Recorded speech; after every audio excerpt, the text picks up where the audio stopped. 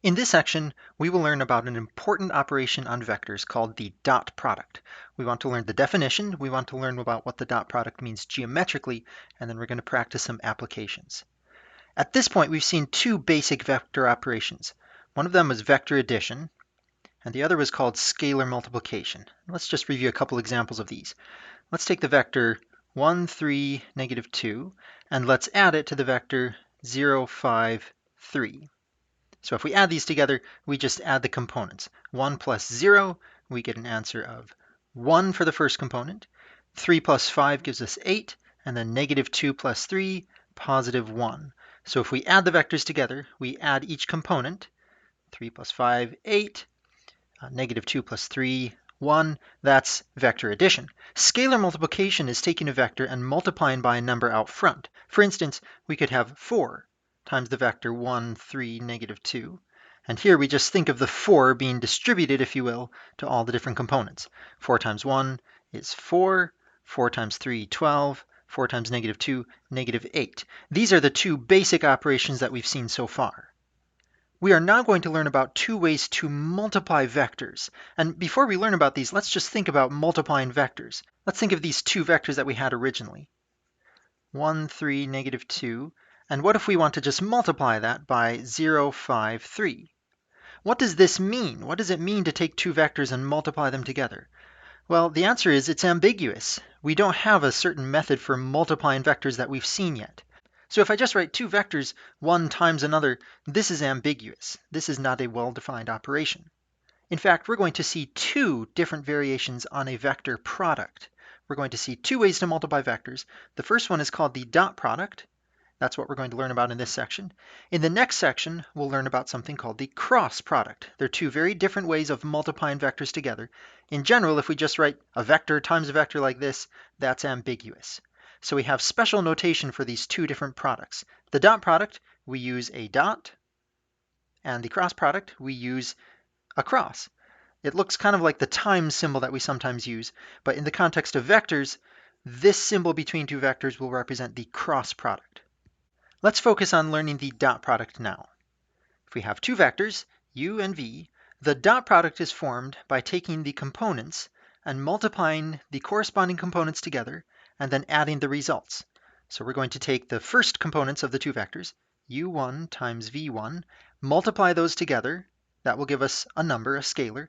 And then we're going to multiply the second components together, u2 times v2, and then the third components, u3 times v3, and we add these numbers together.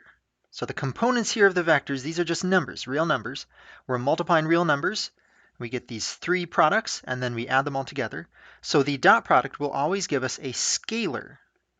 We're starting with two vectors, but when we compute the dot product, we get a scalar. This formula here we wrote down in 3 dimensions, but this can generalize to any dimension. We can do 2-dimensional dot products, we can do 52-dimensional dot products. It doesn't matter. We just use the same pattern. Multiply the first components, multiply the second components, the third, as much as we have to, and then add all those results. So this is the definition of the dot product, and it might look a little bit arbitrary, like why did we decide to come up with this as some sort of an operation?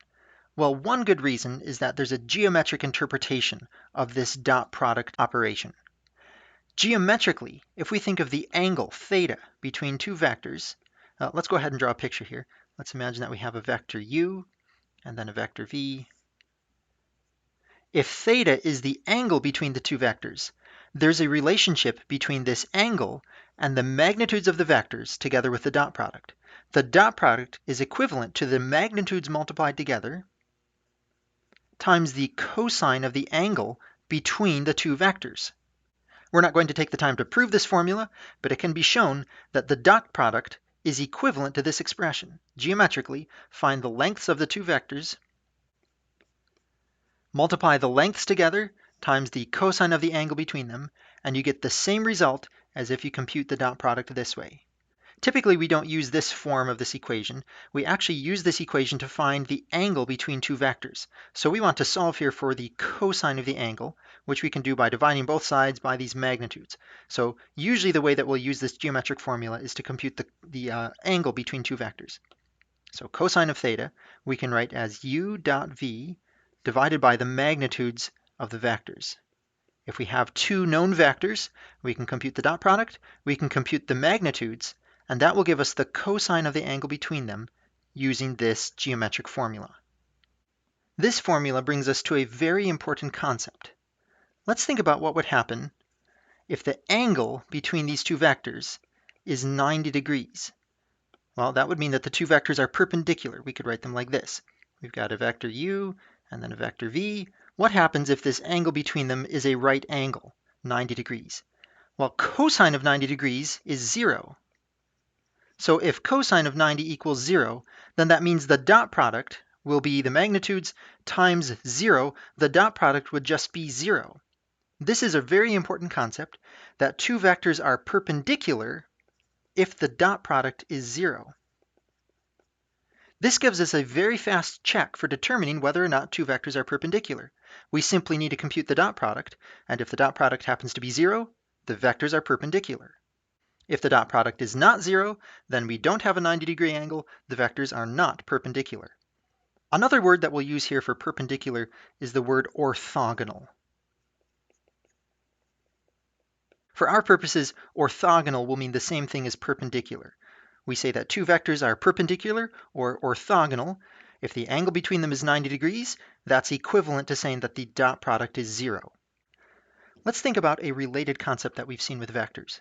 We've seen that vectors u and v are parallel if they are scalar multiples of each other. That means that there's some number that we can multiply by the first as a scalar multiple to obtain the second vector. So we have a quick check for determining if vectors are perpendicular and if vectors are parallel. We want to be proficient in very quickly determining whether or not two vectors are perpendicular or parallel to each other. Let's practice using the dot product formula with some examples. For example 1, we simply want to compute the dot product of these two vectors. So we're going to take the first two components, multiply them together, 5 times -1. Then we take the second components, -2 and 4, multiply those together, -2 times 4. Then the third components, 4 times 3, multiply those together. And we add all these different products. This simplifies to -5. -2 times 4 is -8, plus 4 times 3, 12. -5 minus 8 is -13, plus 12. The result is -1. So the dot product between these two vectors is -1.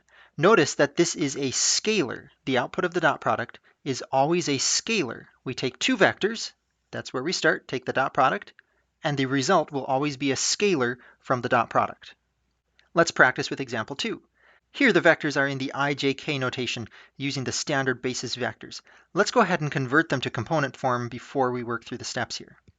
The vector 2I minus k has a 2 for the x component. There's no j, so 0 in the y component. Then -1 in the z component. This is the vector 2i minus k. 3i plus 4j plus 5k, that's simply the vector 3, 4, 5. Take the dot product of these. We have 2 times 3, that would be 6. 0 times 4 is 0. And then -1 times 5 is -5. Compute this, and we have a result of +1. That's the dot product of these two vectors. Notice that since the dot product is not 0, we could immediately say that these two vectors are not perpendicular. We could spend the time computing the angle between them, but just right off the bat from computing the dot product, we know that they are not perpendicular. In general, the dot product is not just going to be plus or minus 1. We'll see other values for the dot product. We just had a coincidence that we got plus and minus 1 for these first two dot products.